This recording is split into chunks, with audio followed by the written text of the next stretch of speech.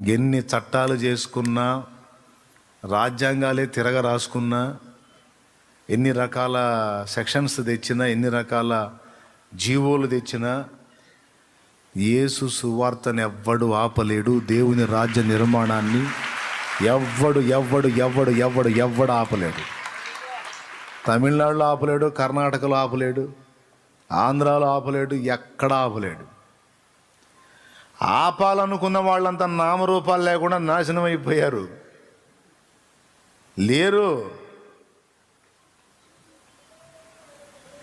వాల్తేరు అనే వాడి గురించి చెప్పుకున్నాం, గుర్తుందా? వాల్కేరు కాదు, వాల్తేరు.